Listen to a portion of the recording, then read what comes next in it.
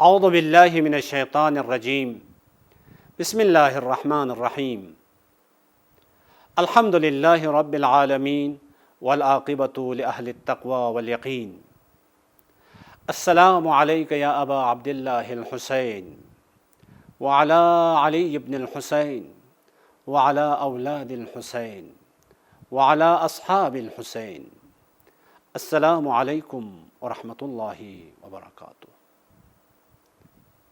ناظرین گرامی قدر، عزاداران ابا عبداللہ الحسین علیہ السلام، خدا آپ تمام عشاق اہل بیت علیہم السلام کی عزاداری قبول و منظور فرما۔ عزیزان گرامی قدر، عاشوراء جیسے کہ پہلے ہم نے کئی بار کہا،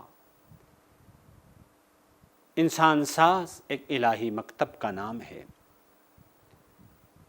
اس درسگاہ سے انسان کی اصلاح، انسانی معاشرے کی اصلاح، انسان کی کامیابی، انسانی معاشرے کی کامیابی کے تمام اصول ہمیں ملتے ہیں۔ آج آپ کی خدمت میں ان اصولوں میں سے ایک اصل شجاعت اور عفت ہے۔ شجاعت، بہادری، دلیری، مردانگی۔ عاشوراء بہادر لوگوں کی زندگی کے کارنامے کا نام ہے۔ اگر حسین ابن علی علیہ السلام اور ان کے اصحاب باوفا شجاع نہ ہوتے، بہادر نہ ہوتے، دلیر نہ ہوتے، طاقت کے مقابل میں، قدرت کے مقابل میں، ظالم کے مقابل میں ان کی آنکھوں میں آنکھیں ڈال کر ان کا مقابلہ کرنے کی شجاعت نہ ہوتی، بہادری نہ ہوتی، تو عاشوراء وجود میں نہ آتا۔ عاشوراء تاریخ کی شجاع ترین، بہادر ترین، دلیر ترین افراد کی داستان کا نام ہے۔ اگر شجاعت نہ ہوتی، بہادری نہ ہوتی، تو یہ واقعہ رونما نہ ہوتا۔ آپ کاروان توحید، امام حسین علیہ السلام کے اس قافلے میں، اس کاروان میں شریک ہر فرد کی زندگی اٹھا کے دیکھیں، چاہے وہ مرد ہو یا عورت، جوان ہو یا عمر رسیدہ، حتیٰ چھوٹے چھوٹے بچے، سب کے سب شجاع اور بہادر ہیں۔ ان کی بہادری، ان کی شجاعت، ان کی دلیری کی وجہ سے یہ وجود میں آیا ہے۔ عزیزان گرامی قدر، اسی لیے امام زین العابدین علیہ السلام کا ارشاد ہے، اوتینا العلم والحلم والسماحۃ والشجاعہ۔ پروردگار عالم کی خصوصی عنایتوں میں سے عنایت یہ ہے، العلم، علم سے ہمیں نوازا ہے، والحلم، بردباری اور حلم سے ہمیں نوازا ہے، جود و سخاوت ہمارا وتیرہ ہے، والشجاعت، بہادری، شجاعت، دلیری ہماری زندگی کا حصہ ہے۔ یہ ہمیں ورثے میں یہ صفات ہمیں ملی ہے۔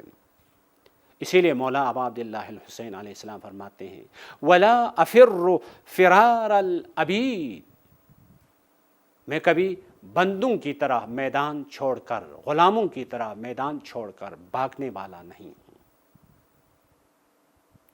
نہ ظلم کے سامنے، نہ ظالم کے سامنے تسلیم ہونے کے لیے تیار ہوں، نہ غلاموں کی طرح بھاگنے کے لیے تیار ہوں۔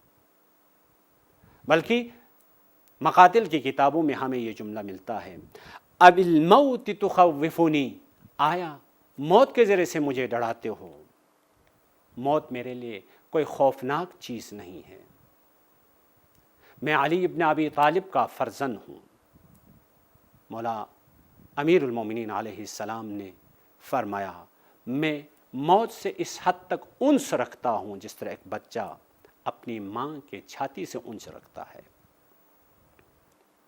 بس عزیزان گرامی قدر، کربلا سے ہمیں جو درس ملتا ہے ہماری کامیابی کے لیے، جو درس ہمیں ملتا ہے وہ کیا ہے؟ شجاعت ہے۔ بس عاشورہ اس عظیم مکتب سے جو ہمیں درس ملتا ہے وہ شجاعت کا درس ہے، بہادری کا درس ہے۔ ایک اور درس بھی آپ کی خدمت میں آج عرض کروں، وہ عفت اور حیا کا درس ہے، پاک دامنی کا درس ہے۔ عفت شیعوں کی نشانی ہے، پاک دامنی شیعوں کی نشانی ہے۔ امام صادق علیہ السلام فرماتے ہیں انما شیعۃ علی من عف بطنہ و فرجہ، حصر ہے عربی زبان میں، فقط اور فقط یعنی صرف اور صرف۔ علی ابن ابی طالب کا شیعہ وہی ہے جو پاک دامن ہوگا، جس کا پیٹ، جس کا شکم حرام سے پاک ہوگا، جس کی شرمگاہ حرام سے پاک ہوگی۔ یعنی پاک دامنی، عفت، پاکیزگی شیعوں کی نشانی ہے، شیعوں کی علامت ہے۔ اور اس عفت کی معراج، اس عفت کا عروج، پاکیزگی کی معراج آپ کو عاشوراء میں، کربلا میں ملے گی۔ عزیزان گرامی قدر، بہت سارے ہمارے رسومات میں سے جو ہم انجام دیتے ہیں الحمدللہ بہت بہترین چیزیں ہیں۔ آج ایک خوبصورت نقطے کی طرف آپ لوگوں کی توجہ دلانے کی کوشش کروں گا۔ دیکھیں، کربلا میں پیاس تھی، مولا ابا عبداللہ الحسین علیہ السلام کے بچے پیاسے تھے، تو ہم ان کی پیاس، ان کی تشنگی، ان کے عطش کی یاد کرتے ہوئے سبیلوں کا اہتمام کرتے ہیں۔ وہاں پہ بھوک تھی تو ان کی بھوک، ان کی گرسنگی، ان کی بھوک کی یاد کرتے ہوئے ہم نیاز تقسیم کرتے ہیں، کھانے کا اہتمام کرتے ہیں۔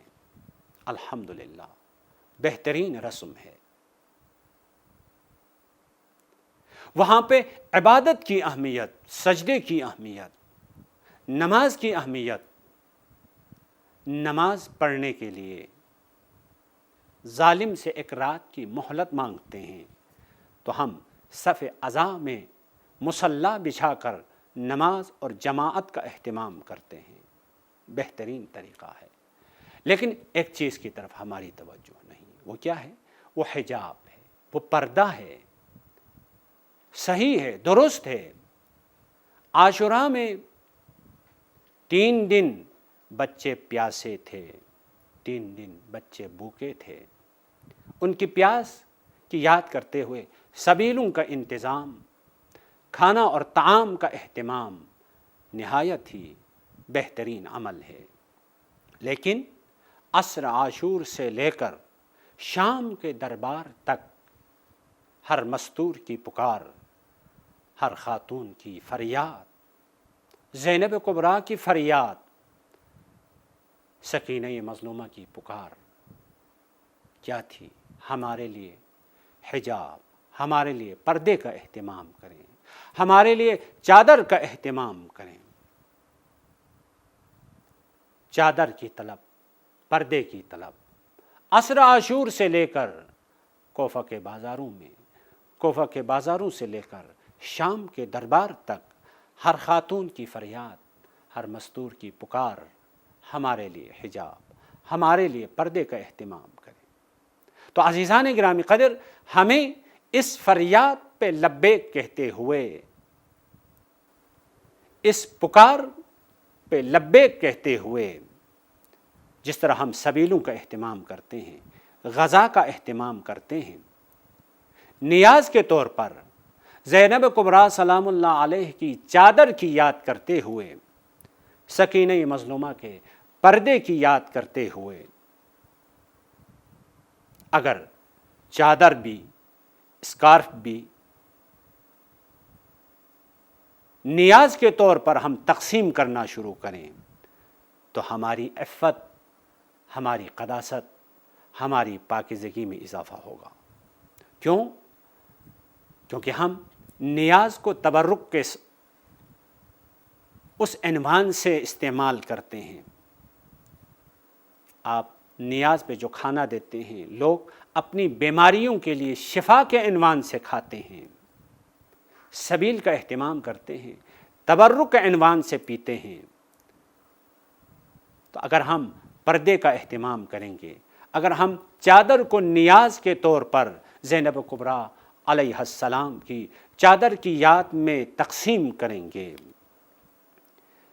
اسکارف کو سکینہ مظلومہ کے پردے کی یاد میں عزاداران ابا عبداللہ الحسین کے درمیان اگر ہم تقسیم کریں گے تو لوگ اس کو بھی بابرکت سمجھ کے استعمال کریں گے۔ ہمارے خواتین کی عفت میں اضافہ ہوگا، ہماری خواتین کی قداست میں اضافہ ہوگا، ان کی پاکیزگی میں اضافہ ہوگا۔ عفت ایک اہم اصولوں میں سے ایک اصل ہے انسان کی کامیابی کے لیے، انسان کی فلاح کے لیے، انسان کی سعادت مندی کے لیے۔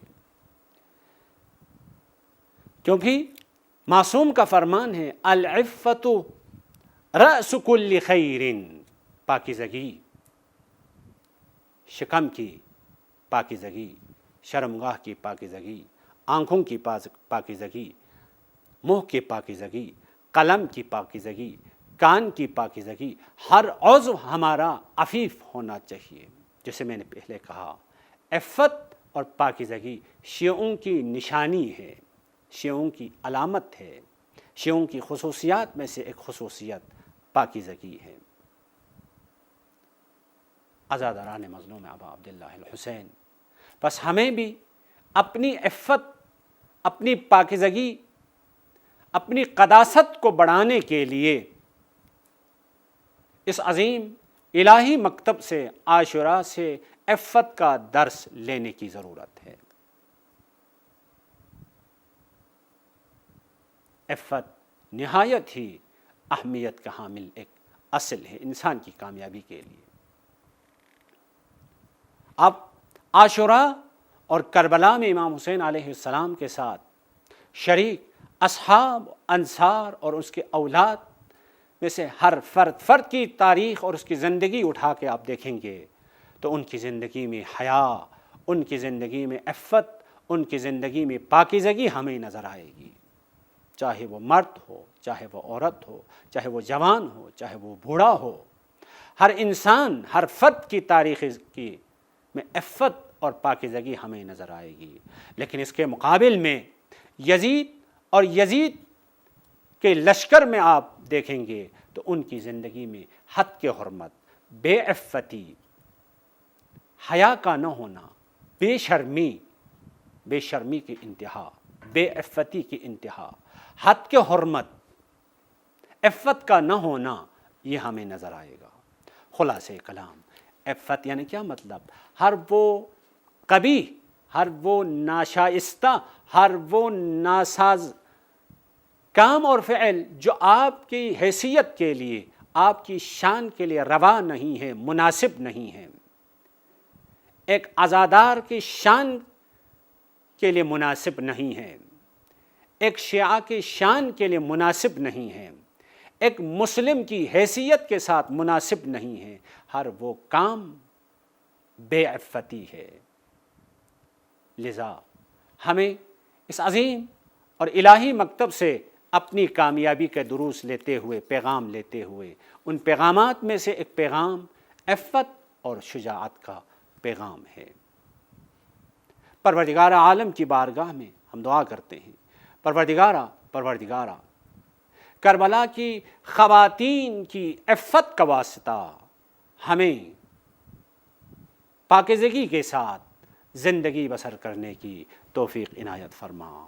السلام علیکم ورحمۃ اللہ وبرکاتہ۔